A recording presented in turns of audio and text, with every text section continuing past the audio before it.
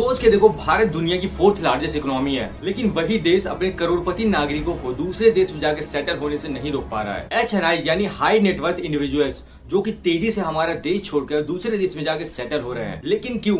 क्या पैसा ही सिर्फ एक वजह है? नहीं, वजह है टैक्स, लाइफस्टाइल, ग्लोबल फ्रीडम और businesses. Henley private wealth migration 2025 की रिपोर्ट के मुताबिक 2025 में 3,500 करोड़पति हमारा देश छोड़ देंगे और 2024 में 4,300 करोड़पति ने हमारा देश छोड़ दिया है और 2023 में 5,100 करोड़पति ने हमारा देश छोड़ दिया है। ये लोग जो भारत देश छोड़ रहे हैं, इनका अगर वेल्थ कैलकुलेट किया जाए तो वो होता है $26.2 बिलियन।